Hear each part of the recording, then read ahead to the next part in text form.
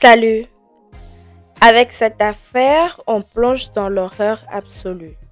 Anna, qui rêvait de gloire sur les réseaux, va commettre l'un des crimes les plus horribles qui ait connu le pays. Une histoire particulièrement choquante qui ne vous laissera pas indifférent.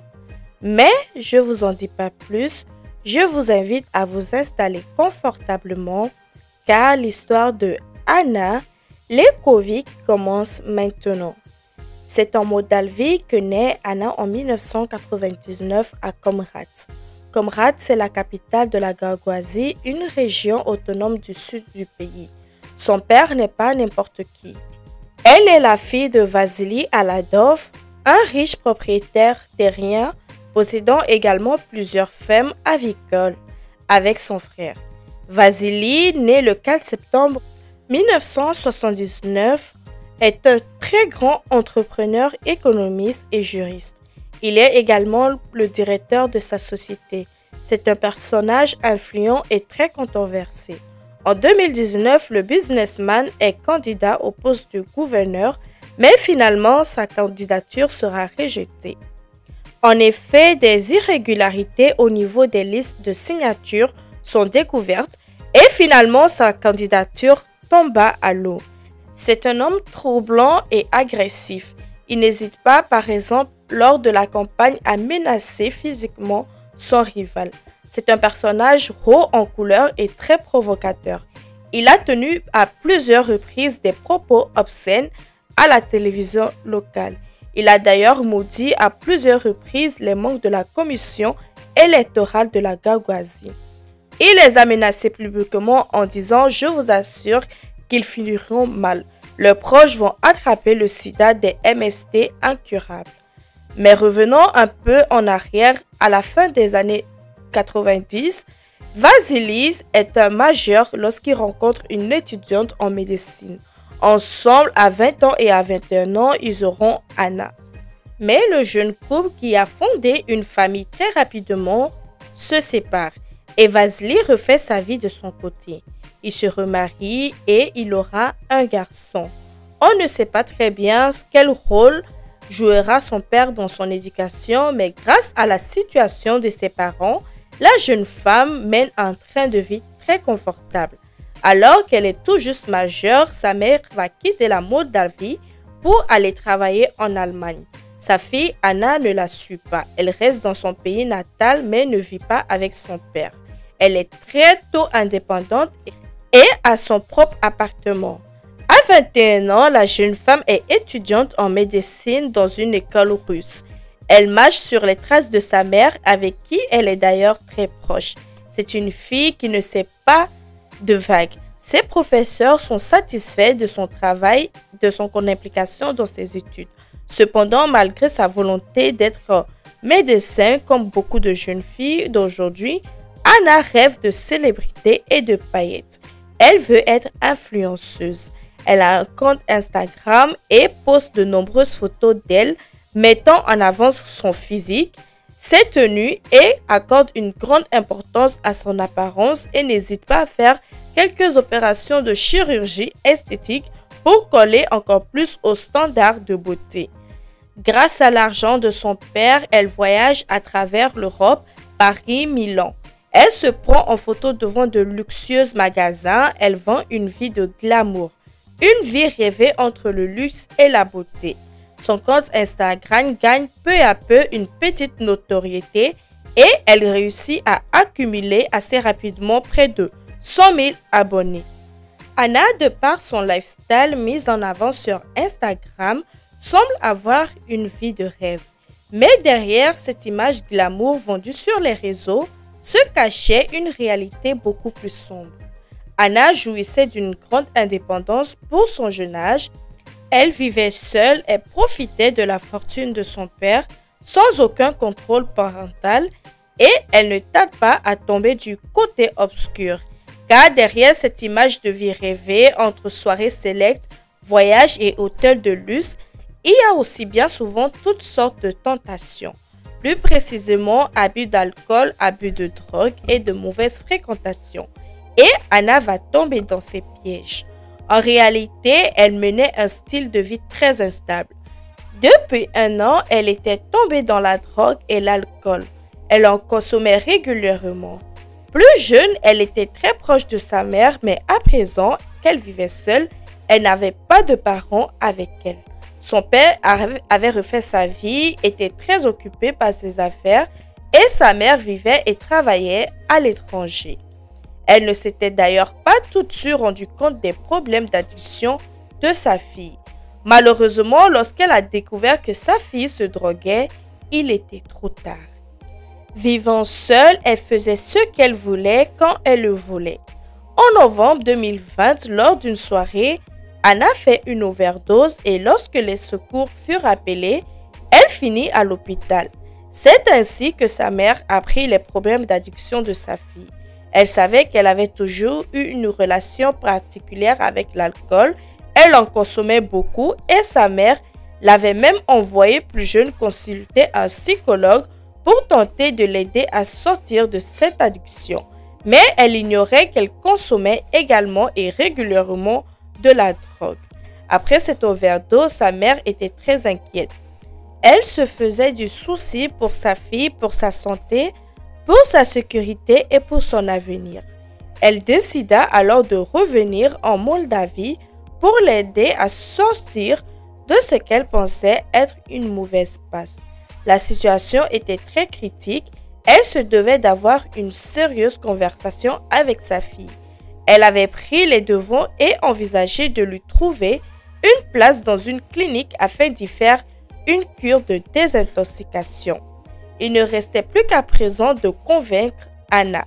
C'est ainsi qu'elle prit un billet d'avion et arriva en Moldavie le 11 décembre 2020. Elle se présenta le jour même à l'appartement de sa fille où elle la trouva sous l'emprise de l'alcool et de la drogue. Lorsqu'elle vit sa fille alcoolisée et droguée, elle lui en fit de reproches et la conversation tourna rapidement en dispute. Mais sa mère en démordait pas. Sa fille prenait un mauvais chemin, elle fréquentait des personnes nocives et voulait l'aider. Elle ne pouvait pas laisser Anna gâcher sa vie. Ainsi, elle avait un brillant avenir, elle était étudiante en médecine et elle ne pouvait pas accepter de la voir sombrer dans toutes ses addictions. D'autant plus qu'1 an auparavant, comme je vous l'ai dit, Anna avait été hospitalisée suite à une overdose. Pour sa mère, il n'y avait qu'une seule chose à faire, sa fille devait aller en désintoxication. Mais Anna ne l'entendait pas de cette oreille. Il était hors de question qu'elle parte en cure. Elle gérait la situation. Elle n'en avait pas besoin, la conversation de plus en plus houleuse et le ton monta entre les deux femmes. Mais elle tenait bon. Elle ne voulait pas l'abandonner, elle ne lui laissait d'ailleurs pas le choix. Elle allait tout faire pour la faire rentrer en cure. Anna était hors d'elle, le mélange de la drogue qui a accentué sa colère. Quoi qu'il en soit, elle se saisit d'un couteau de cuisine et attaqua sa mère. Elle la frappa plusieurs fois et sa mère n'a pas eu le temps de comprendre ce qui était en train de se passer. Elle tomba au sol gravement blessée. Elle saignait abondamment. Anna venait de commettre l'irréparable avec une violence inouïe. Cependant, l'histoire va prendre une tournure encore plus horrible. Alors que sa mère était en train d'agoniser au sol, Anna, à l'aide de son couteau, commença à l'ouvrir la cage thoracique. L'horreur était à son paroxysme. Mais Anna n'en avait pas fini. Sa mère était en vie lorsque sa fille entreprit de lui arracher le cœur. Anna, avec ses connaissances en médecine, sectionna et a arraché littéralement le cœur de sa mère alors que celle-ci était toujours vivante. Elle retira également ses poumons et ses intestins et jeta les organes de sa mère à la poubelle. La scène était d'une extrême violence. Anna était couverte de sang de celle qui lui avait fait naître sans aucun remords ni regret, froide et impassible. Elle laissa le corps sur le sol de l'appartement et partit prendre une douche. Ce soir-là, elle avait rendez-vous avec son petit ami. Ensuite, elle s'apprêta comme si rien ne s'était passé. Puis elle quitte l'appartement dans lequel se trouvait toujours à même le sol le corps froid de sa mère mutilée. Elle se rend chez son petit ami, y passait la soirée à boire du champagne lorsque soudainement Anna lui révéla le crime qu'elle venait de commettre. Son petit ami pensait qu'elle plaisantait, mais elle semblait un peu plus sérieuse. Elle lui racontait qu'elle avait tué car elle souhaitait l'envoyer en cure de désintoxication. Il était choqué, mais il avait préféré garder ses interrogations pour lui tout en poursuivant la soirée. Il fit donc comme si rien n'était. Peu de temps après cette terrible confession, Anna s'est endormie. C'est alors que pendant que Anna dormait profondément qu'il décida de quitter son appartement et de se rendre chez elle pour en avoir le cœur net. Avant de partir, il récupéra ses clés dans son sac. Lorsqu'il arrivera chez elle et qu'il ouvrait la porte, il tomba sur une scène cauchemardesque. Il avait du mal à y croire, mais Anna avait bien tué sa mère. Son corps gisait sur le sol, éventré dans une mare de sang. Horrifié, il appela tout de suite la police pour tout les raconter. C'est seulement 2 heures après le meurtre que les policiers arrivèrent sur les lieux du crime. Il fut particulièrement heurté par la barbarie de ce crime. Il n'avait jamais vu ça. Ils retrouvèrent le cœur, les poumons et les intestins dans la poubelle. Le petit ami d'Anna leur raconta tout. Il n'avait aucun doute concernant le responsable de ce terrible meurtre. Ils avaient suffisamment de preuves pour arrêter la jeune femme et l'accuser du meurtre de sa mère.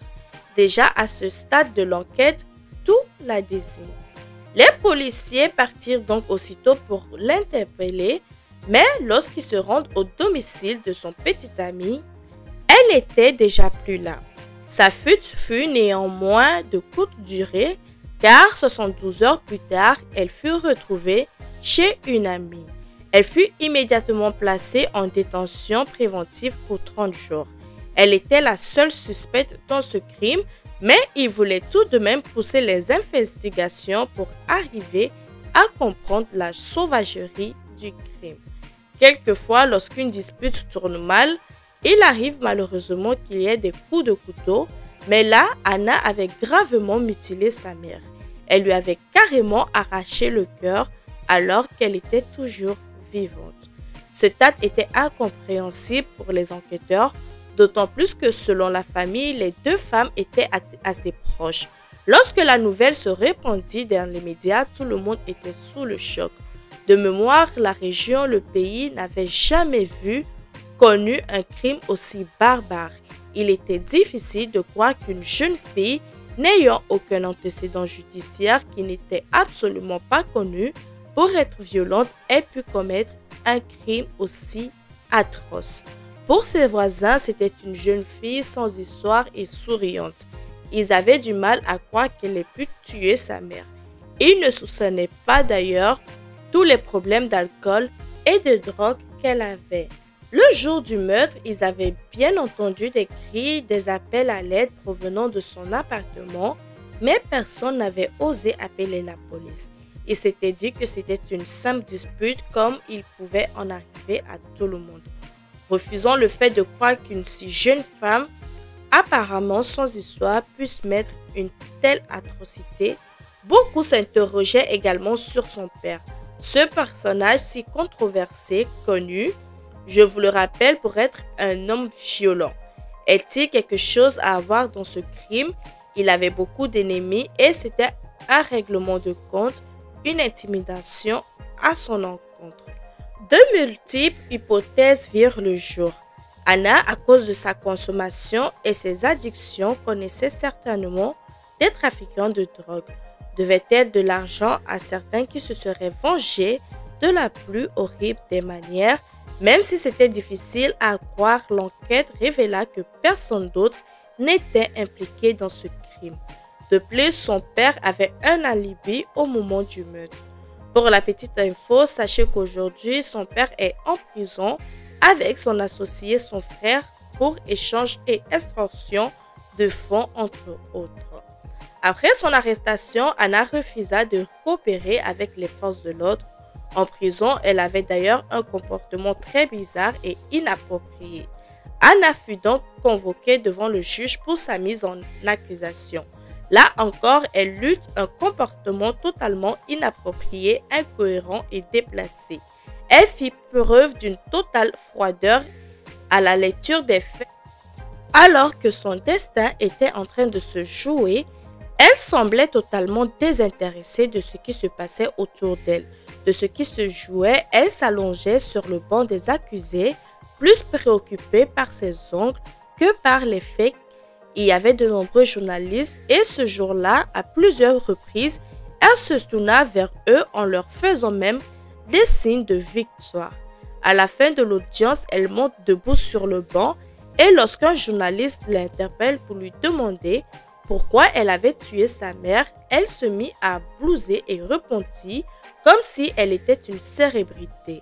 Au revoir, et après cette audience, ses avocats cherchaient à la déclarer incompétente et à être jugée afin de la déresponsabiliser pénalement. Elles y réussissent à avoir gain de cause.